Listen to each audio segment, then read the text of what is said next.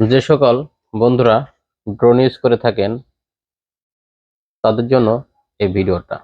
আর যারা এখনো drone use করেন না, ড্রোন কেনার আগ্রহ আছে, তারাও ভিডিওটা মনোযোগ দিয়ে দেখবেন। এই যে আমার হাতে ড্রোন দেখতে পাচ্ছেন, এই ড্রোনের মডেল হচ্ছিল DJI Air 3।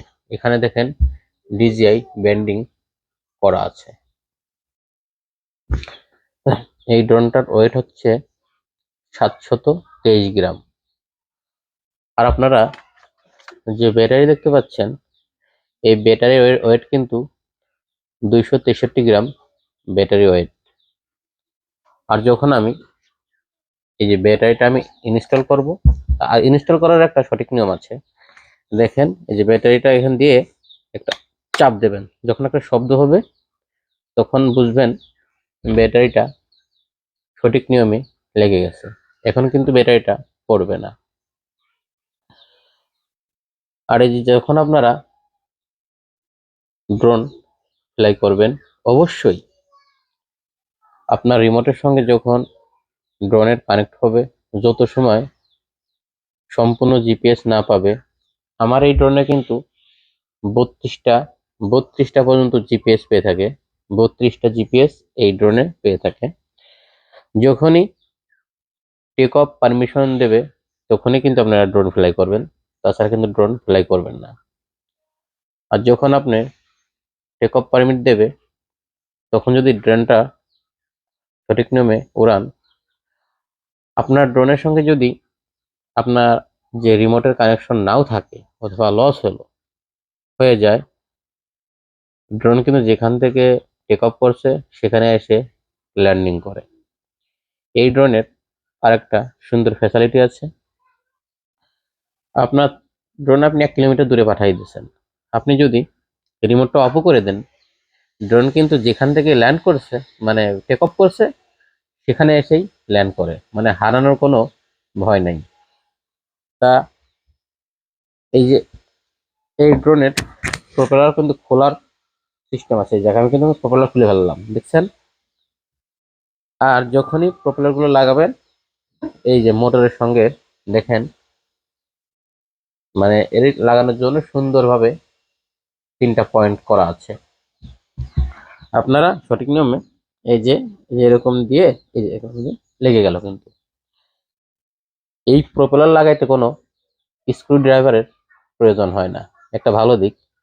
আর মিনি সিরিজের যেসব ড্রোনগুলো আছে, Mavic mini, mini 2 AC, mini 3 pro, mini 4 pro, এইসব ড্রোনগুলোতে যখনই আপনারা প্রোপেলার চেঞ্জ করবেন তখনই কিন্তু স্ক্রু ড্রাইভারের প্রয়োজন হয়।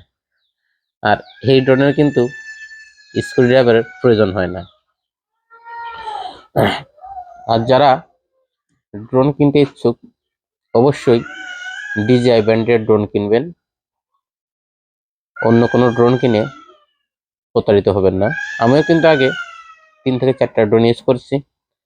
আমি চায়না ড্রোন ইউজ করছি, ওগুলো পারফরমেন্স ভালো দেয় না। পরে আরও DJI আরও 3টা ড্রোন ইউজ করছি।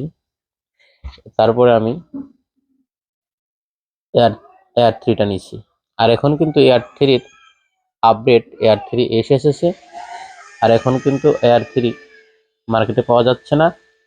এর পরিবর্তে এয়ার 3 এসেছে। যারা ড্রোন কিনতে ইচ্ছুক, অবশ্যই আমি বলবো, মানে এই বাজেটে মানে সবচেয়ে ভালো ড্রোন আমি মনে করি। মানে যে বাজেট হিসেবে আমার কাছে সবচেয়ে এটাই বেস্ট। আপনারা এই ড্রোনটা কিনলে পরেই সুন্দরভাবে ফ্লাই করতে পারবেন। আর এই ড্রোনটা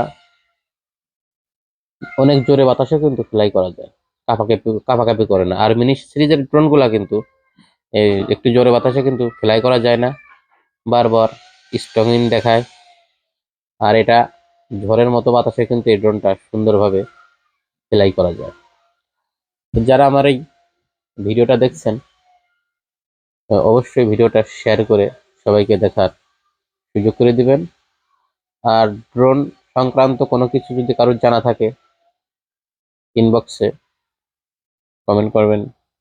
আমি ইনশাল্লাহ আমি যতটুকু জানি আমার অভিজ্ঞতায় সেটুকু আপনাদের সঠিক নিয়মে বোঝানোর চেষ্টা করব।